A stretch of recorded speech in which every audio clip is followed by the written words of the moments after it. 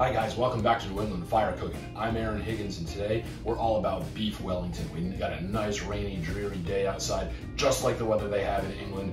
Might as well go with a dish from England. And what we are going to do with this beef tenderloin is going to be absolutely out of this world.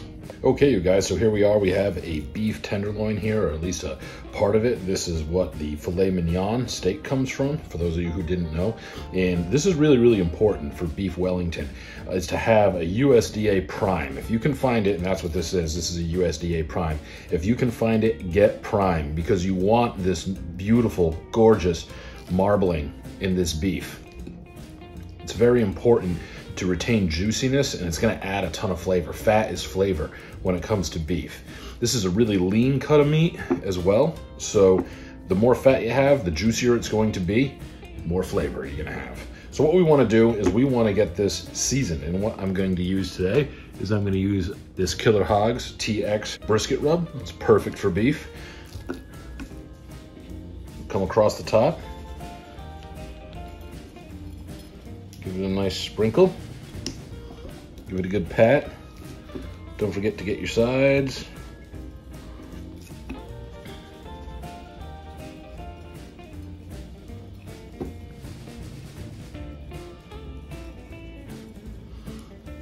And then with the bottoms, mop up what's left on the plate.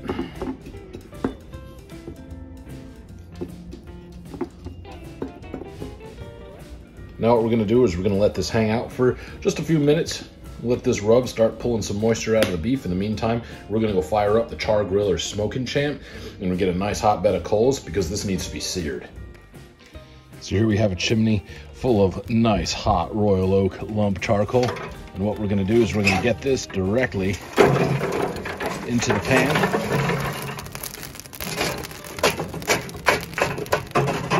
As you can see here, we have the pan set all the way up. Okay, it's gonna give us a really, really hot surface, and that's what we want. Okay, our grill grates are nice and hot. First things first, cooking spray. We don't want this beef to stick. Now that our beef's on, we're just gonna give it a sear for just a few seconds aside. Okay, we're not cooking the beef here, guys. We're just searing it. We're gonna lock on all the juices in this meat.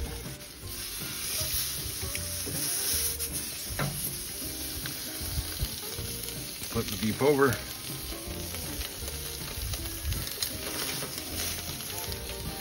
Give it a quick sear.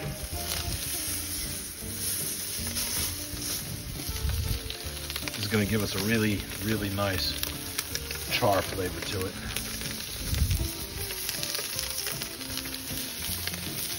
Okay, now this is very important. As the beef is cooling down, what we want to do is we want to brush English mustard on top of this. This is going to bring the heat game, and you want to make sure that you use English mustard or Irish mustard. Irish mustard will work just fine. Horseradish will work too. You just don't want to use Dijon. You want heat. You want this to bring a nice spicy flavor, and you want to put this on as the meat is cooling down, because as it cools down, it's going to absorb this into it. Okay, so right after it comes off the grill, brush your mustard on. Once you got the beef coated in mustard, set it aside, let it cool. In the meantime, we're gonna get our mushrooms going. So we got some mushrooms here, 8 ounces of them, and we got them right in the blender. And what we're gonna do is we're gonna season with a little bit of this Cattleman Smokehouse rub. It's gonna give it a really, really nice flavor. We just wanna sprinkle it right in. Don't have to go too crazy, but just a little bit, nice smoky flavor. This also has some garlic in it. It's gonna give us a nice pop. Then we're just gonna give this a pulse.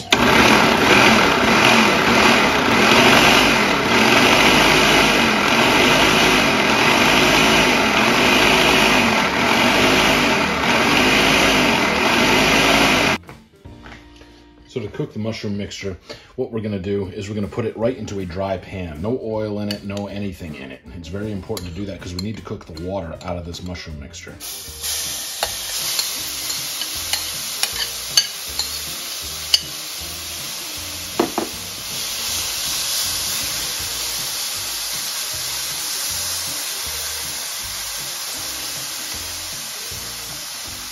You can already see that water starting to cook right out of it.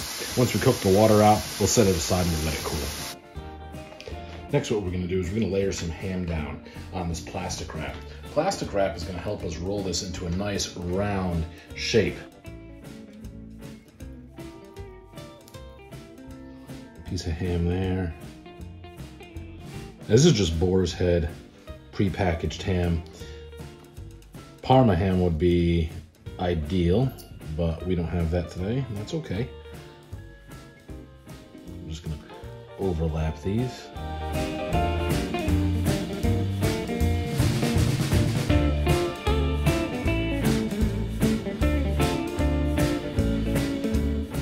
That's not too bad right there. So now that we have our ham laid out, we're gonna come back over with our mushrooms. They're not entirely cool yet, but by the time we're done spreading them around on this ham, they will be.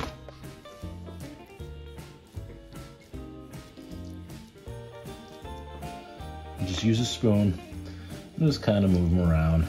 And now, the star of the show, our beef. And what we want to do is we want to slowly lift this end, okay?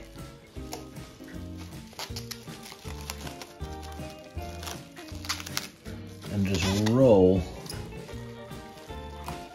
this whole assembly right up.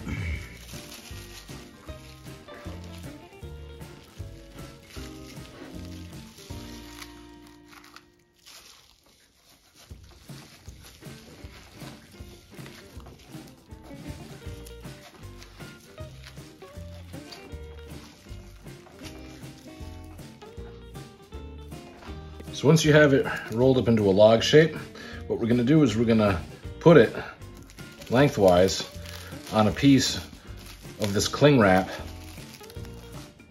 also lengthwise, and I'm gonna roll it up again. And then what we're gonna do is we're gonna twist the ends, okay? You wanna really give it a good twist, get the air out of there.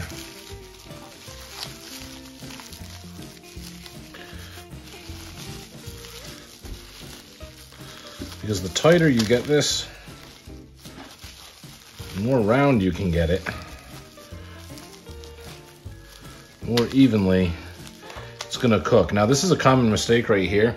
I didn't account for the thickness of the beef quite as well as I could have. I could have let this ham sit down a little bit, and that's not the end of the world, but if you can avoid this, try to avoid it. Now what we're gonna do is we're gonna set this in the fridge and we're gonna let it hang out for about 20 to 30 minutes. Let it cool down a little bit.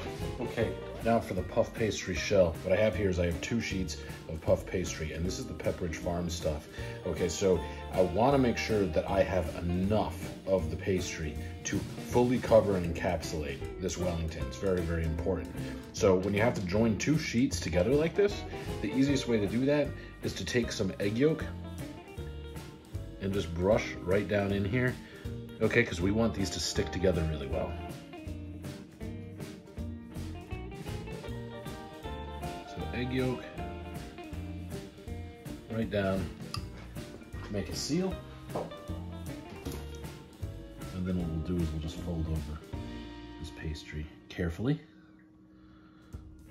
okay, just like that. And now we can get ready to put our beef in. When the beef is ready to go in, what we're gonna do is we're gonna start here, just like that. And then we're going to very carefully fold this up and over.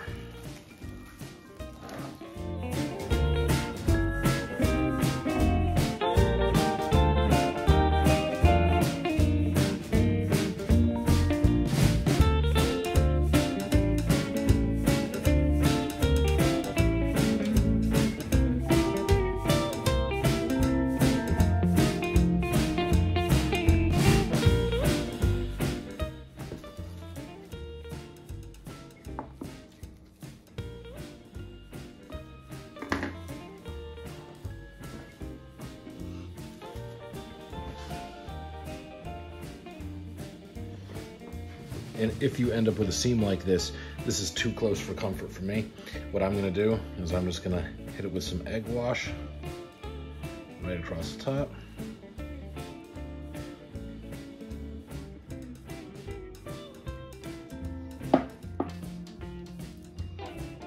Just lay this right down on top. And that should get us pretty good. Now ideally, you wouldn't be using just small sheets like this. You would get a nice big sheet that you can totally envelop the whole thing. I didn't have that today, I just had what was in the freezer, but we'll make this work and it will be delicious.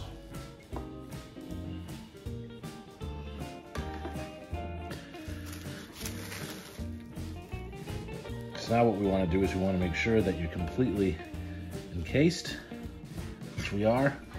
Any heavy excess, take right off.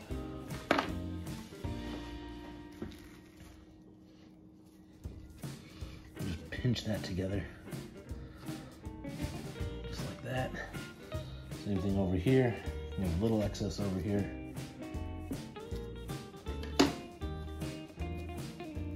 Pinch that together. And once again, with your cling wrap, come up and over.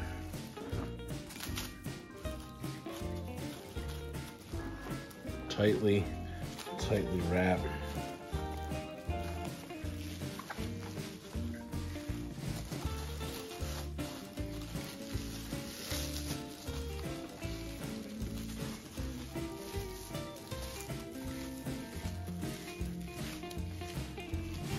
Just like that. Now this is gonna go back in the fridge for another 5 minutes.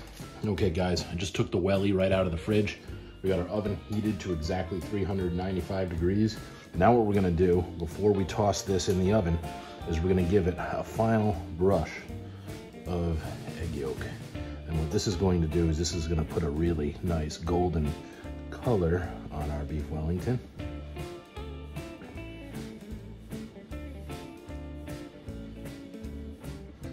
Absolutely fantastic, as any beef Wellington should. Keep in mind, this egg wash is egg yolk only. There's no whites anywhere to be found here. You want to be using just egg yolks.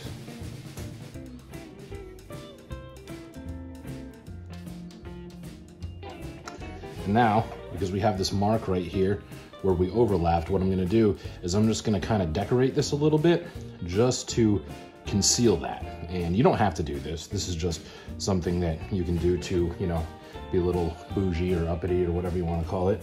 Take the back of a knife, butter knife, whatever, and just kind of lightly score that.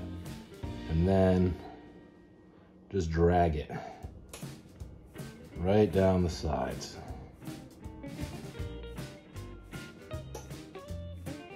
And there you have it, beef Wellington. Now, what we're gonna do is we're gonna set this right down on our baking sheet. We're ready for the oven, but we got one more thing we gotta do. Last but not least, a little bit of kosher salt right over the top, or any kind of coarse ground salt. I like kosher.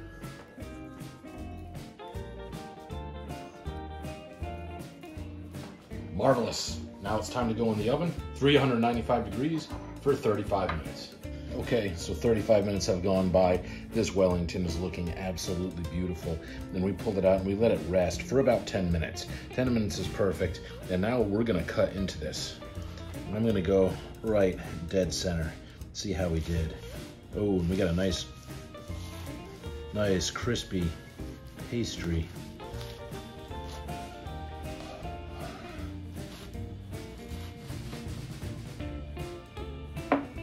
Just look at that. Look at that gloriousness. That is beef Wellington.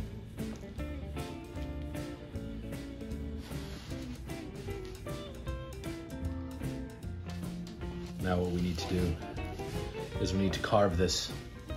And to do that, you want to slice it thick. You want to go about 1 inch. If you go too thin, the pastry starts to kind of fall apart. And you don't want that. Use a sharp knife as well.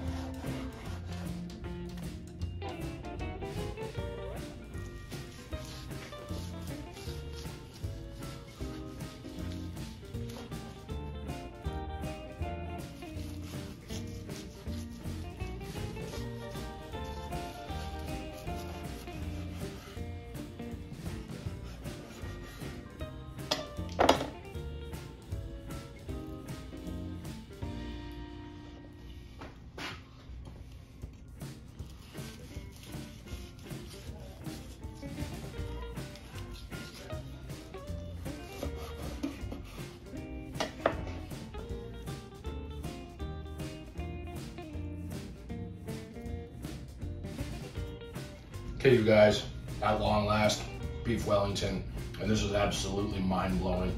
This is great. Smells amazing. I know it's great. I haven't even eaten any yet, and I know it's gonna be great, but I'm ready to eat it. This is gonna be absolutely gorgeous. I'm going for this center cut right here. That is mine.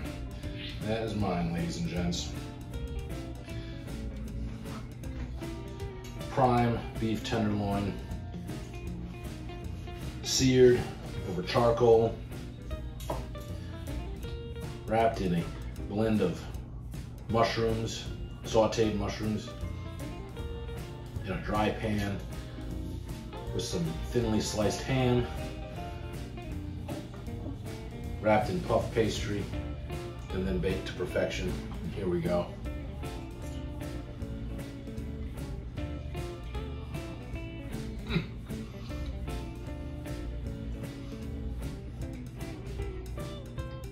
You don't need teeth to eat this steak. This is delicious. This is just melt in your mouth. Melt in your mouth. Prime beef tenderloin. What's great about the beef Wellington is that it keeps all those juices in. You don't lose any moisture from your steak when you're cooking it. If you just seared this, you could certainly do that. There's nothing wrong with doing that, but this really locks in all of the juices and all that flavor, and the added flavor of the mushrooms with the puff pastry, the ham, the egg wash, that char flavor you get from the smoke. That's a way to do it. Sear it over charcoal. You can do it in a pan with olive oil, and that's what most people do. That's what the traditional recipe calls for. I'm telling you, sear it over charcoal. You can do this on any grill. You can do it on a gas grill as well. It doesn't matter. Sear it over fire. Get that fire flavor, get that char flavor really slammed into the beef, and then do this with it, and it's a win. It takes a little patience. It's a multi-step process, but I'm telling you, if you just take your time and persevere, you'll do just fine. The other thing to keep in mind, you can do this the night before. So if you're gonna be cooking this, you say for an event or for a party or for the holidays or whatever it is you're gonna do, you can make this the night before, get it all wrapped up in the puff pastry, and then just let it sit right in the fridge, okay? And then pull it right out, throw it in the oven when you're ready to cook it, and here you go. I mean, you're looking at a lot of incredibleness here. And this is something that, this is in my top 5, easy. Top 5 beef experiences, yeah.